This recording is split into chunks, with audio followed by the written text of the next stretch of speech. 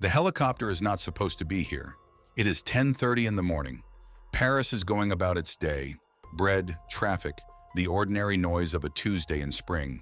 And then a white helicopter drops low over the rooftops of the city, threading between buildings, flying at the kind of altitude that makes people on the street look up. Air traffic control radios a warning. The pilot ignores it. They radio again. The helicopter keeps moving, heading south, heading toward a wall of gray stone rising above the 14th arrondissement that the people of Paris have always known and always given a wide berth. La Santé Prison, one of the most feared jails in France, the place they send the ones they want to forget. The helicopter slows above the rooftop, and inside those walls, behind that stone, two inmates in an upper block have just burst through a door and are running across the roof toward the noise above them. Each one is carrying what looks like a grenade. Guards on the ground freeze. Not a single shot is fired, and all this happening in just 90 seconds. The most extraordinary thing is that who is flying that helicopter? And how did she learn all this? Stay with us to find out, because the story is getting really interesting. Michel Vaujour was the kind of man France's criminal justice system had given up trying to understand. In and out of prison since the age of 17, armed robbery, attempted murder. 10 separate convictions spread across the 1970s and early 1980s, like a map of a man who had decided, at some point very young, that the rules everyone else lived by simply did not apply to him. By 1985, they had him again. Bank robbery, attempted murder. 18 years this time, handed down in March of that year. A sentence designed not just to punish, but to remove him from circulation for long enough that the problem might solve itself. They put him in La Santé. La Santé is not a place you end up by accident. It sits in the middle of Paris, surrounded by the city on every side, old and heavy and permanent in the way only French stone can be permanent. It has held murderers, terrorists, heads of state awaiting trial. It has held men the French government very much wanted to keep holding. Michel Vaujour looked at 18 years inside La Santé and felt something that was not despair. He had already escaped prison 3 times. To Michel, a prison was not a sentence. It was a problem. And problems had solutions.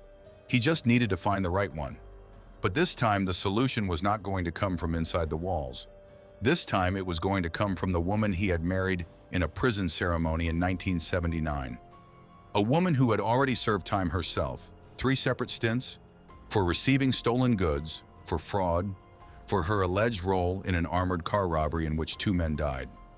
A woman who loved Michel Vaujour with the kind of devotion that does not ask whether the object of it deserves it.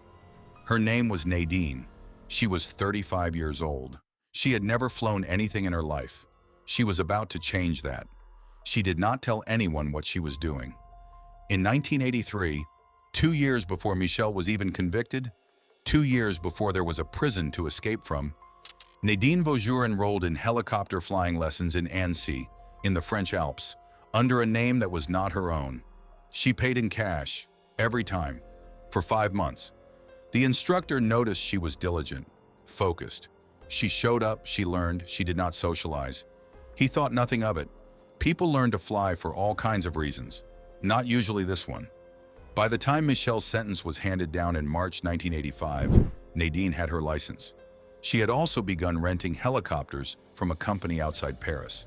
Twice a month, regular as a subscription, paying always in cash, always giving the name Lena Rigo. The owner of the company would later say she had been a model client. He had not asked why she needed the practice hours. Inside La Santé, Michel was doing his own work. He had found a man he trusted. Pierre Hernandez, awaiting trial on armed robbery charges, housed in the same block. The 2 of them began doing something that looked, from the outside, like nothing at all. They walked the yard. They stood at windows. They memorized the roofline. Every recreation period, every permitted moment in the open air, they were measuring, calculating, looking for the one place on the roof of La Santé where a helicopter could get close enough. The problem became clear quickly. There was nowhere to land. The roof was broken up, uneven, surrounded by structures. A helicopter could not set down and take off again, which meant the plan that was forming between 2 prison walls and 1 helicopter license had to be rebuilt around a harder version of itself. The helicopter would not land. It would hover, and Michel would have to climb up to it from a rooftop of a maximum security prison while the guards were watching, which meant they needed a distraction. Something that would freeze every guard in the building for 90 seconds. Something that looked exactly like a weapon. They looked at what they had. They looked at the prison cafeteria. They looked at the nectarines. And one of them said something that the other one, after a moment, agreed was insane enough to work. May 26th, 1986. A Monday morning in Paris. Warm, ordinary. The kind of morning nobody remembers later unless something happens to make them.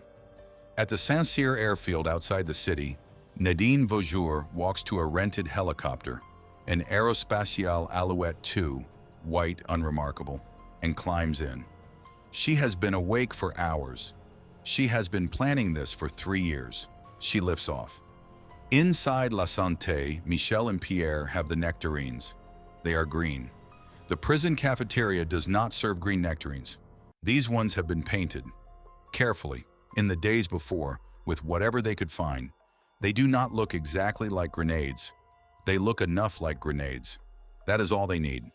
At 10:28, the helicopter appears over the 14th arrondissement. Air traffic control sees it. They radio the pilot.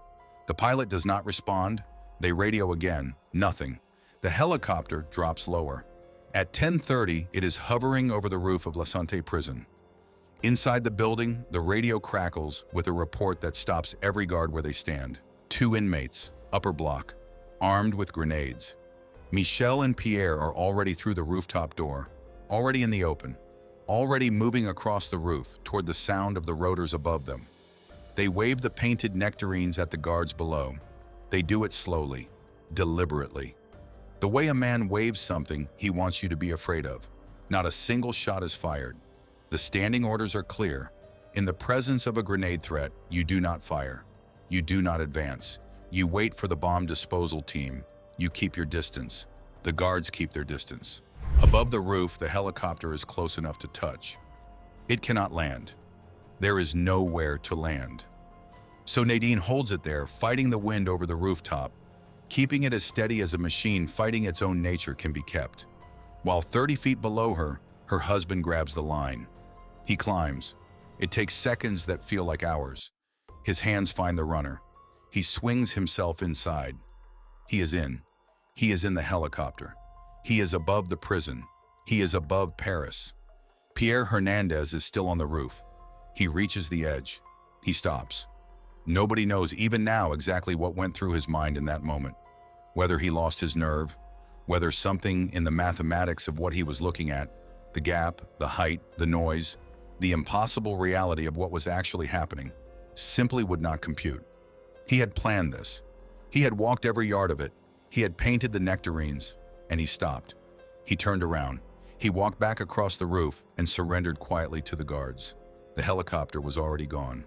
Nadine flew south, away from the prison, away from the sirens that were beginning to build below. She set the helicopter down in a nearby sports field.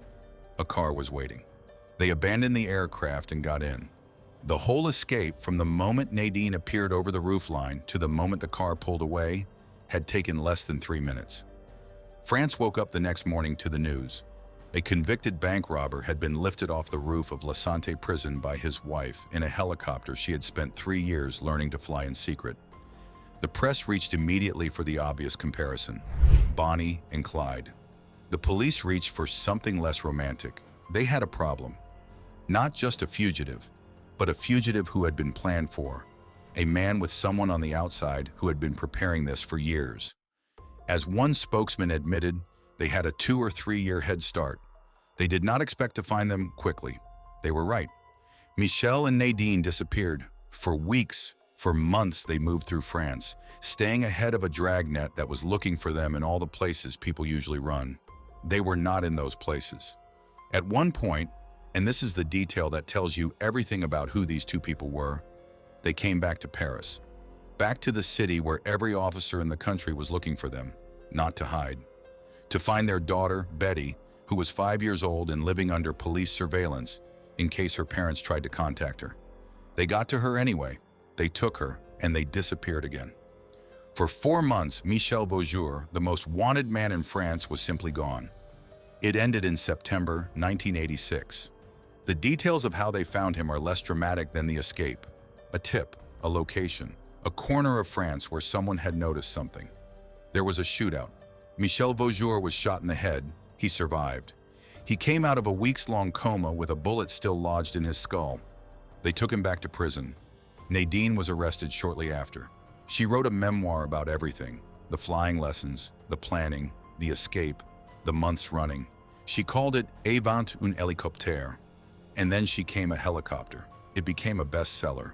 The judge sentencing her was confronted with one of the more unusual criminal cases French courts had seen.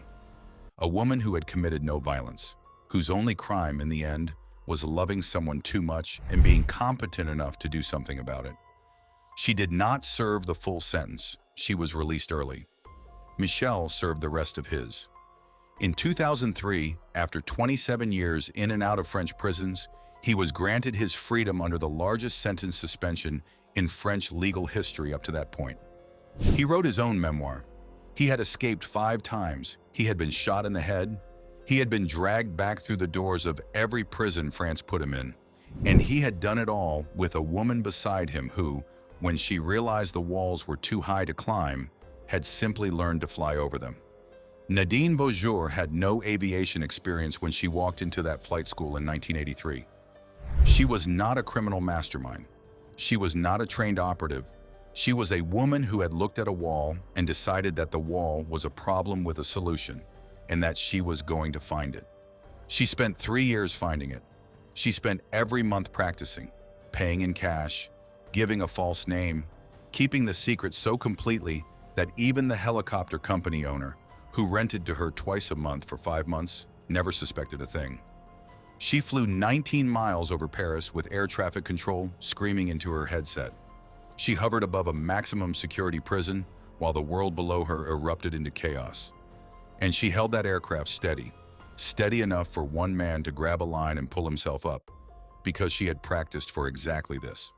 Nectarines beaten a prison guard armed with real weapons. 3 years of flying lessons beaten the walls of La Santé. One woman's refusal to accept what everyone told her was impossible beaten the most feared prison in France. They caught them both in the end. They always do. But the guards who stood frozen on that roof on the morning of May 26, 1986, staring up at a helicopter disappearing into the Paris sky, never quite got over the feeling that they had just watched something that was not supposed to be possible, had just happened anyway, because someone had decided 3 years earlier to learn how to make it possible. And here is the thing about France and helicopters. The Vaujour were not the last. The man who holds the world record for the most helicopter prison escapes did it 3 separate times from 3 separate prisons. He even organized helicopter escapes for other inmates while he was still inside. That story is next. Subscribe if you want to see it, and drop in the comments. Could you do what Nadine did?